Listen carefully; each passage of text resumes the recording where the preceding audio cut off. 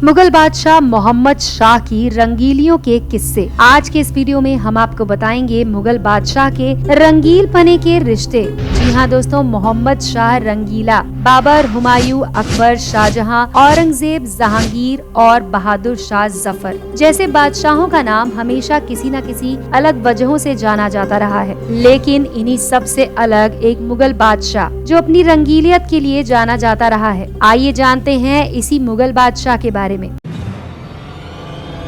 दोस्तों, आपका स्वागत है रहस्य मैक्स में।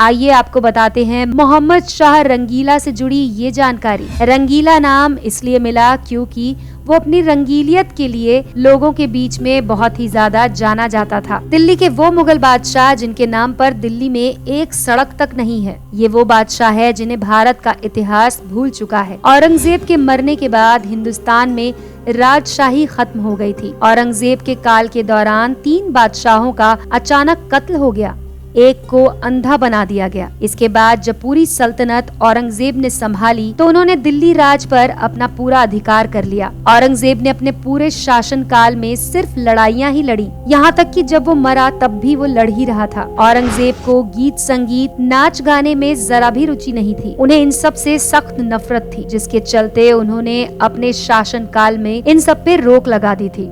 इस दौरान गीतकारों, संगीतकारों, नृत्यकारों सबका काम बंद हो गया था, जिसके चलते उन्हें भीख मांगने तक की नौबत आ गई थी। औरंगजेब के सख्त नियम पर रोष जताते हुए गायकों, संगीतकारों और नृत्यकारों ने जुमे के दिन दिल्ली की जामा मस्जिद में जुलूस निकाला और बाजों को जनाजों की शक्ल में लेकर रोते पीटते हुए गुजरने लगे। जब औरंगजेब ने कलाकारों को इस तरह बदहवास देखा तो पूछा, ऐसे किसका जनाजा ले जा रहे हो जो इतना रो पीट रहे हो? तब उन्होंने जवाब दिया कि आपने जिस संगीत का कत्ल किया है उसे ही दफनाने जा रहे हैं। औरंगजेब ने भी पलट कर जवाब दिया, कब्र जरा गहरी खोदना। उसकी इस बात से ही अंदाजा लगाया जा सकता है कि उसे नृत्य से किस कदर नफरत थी। मुगल बादशाह मोहम्मद शाह ने औरंगजेब के सभी नियम कानूनों को बदल दिया और उसने गीत संगीत के सभी कलाकारों को वापस उनके सुर लौटा दिए। दिल्ली में संगीतकारों, कलाकारों का बोलबाला हो गया। इन सब के बीच मोहम्मद शाह रंगीला ने चित्रकारों को विशेष सुविधा दी, जिसमें निदा मौल जैसे चित्रकार दरबार में ही रहा करते थे।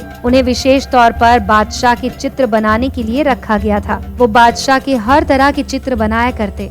मोहम्मद शाह रंगीला के रंगीलियों को भी चित्रकारी के जरिए दर्शाया करते थे। मोहम्मद शाह ने अपने काल के दौरान कोई युद्ध नहीं किया, यहाँ तक कि तब भी नहीं जब मुगलिया राज की आकूत संपत्ति छीनने के लिए नादिर शाह आ गया। बादशाह ने उस दौरान दिल्ली को बचाने से ज्यादा अपने नशे को तवज्जो दी और युद्ध के लिए आए नादिर के फरमान को अपने दारू के प्याले में डुबो दिया। मोहम्मद शाह रंगीला और नादिर के बीच तय हुआ कि लड़ाई नहीं होगी। इसके बदले में मोहम्मद नादिर को बेशुमार धन दौलत और सोना चांदी देगा। नादिर को कुछ था जो खटक रहा था। उसने इस बात का पता लगाने के लिए बादशाह के सेनापति से बात की। सेनापति धोखेबाज निकला। उसने मोहम्मद के कोहिनूर के बारे में नादिर को बता दिया। नादिर ने उससे विदाई मांगी और विदाई के दिन जाने से पहले मोहम्मद शाह रंगीला से कहा कि हमारे यहाँ की रस्म है, हम विदाई के समय अमामे यानी कि पगड़ियाँ बदल लेते हैं। बादशाह के पास अब कहने के लिए शब्द नहीं था और उसे चाहे अनचाहे नादिर को अपने अमामे में छुपा कोहिनूर साथ में देना पड़ा। अब इसे मोहम्मद शाह रंगीला की मजबूरी कहें या रंगीलापन, जिसके चलते उसे कोहिनूर को खोना पड़ा। तो दोस्तों, ये तो थे किस्से मोहम्मद शाह रंगीला से जुड़े हुए। क्या आप भी ऐसे किसी बादशाह को या किसी राजा को जानते हैं जिसने अपने शासन काल में सिर्फ रंगीलापन ही किया हो? हमारे वीडियो के कमेंट सेक्शन में लिखकर हमें बताएं। देखते रहें रहस्य मैक्स।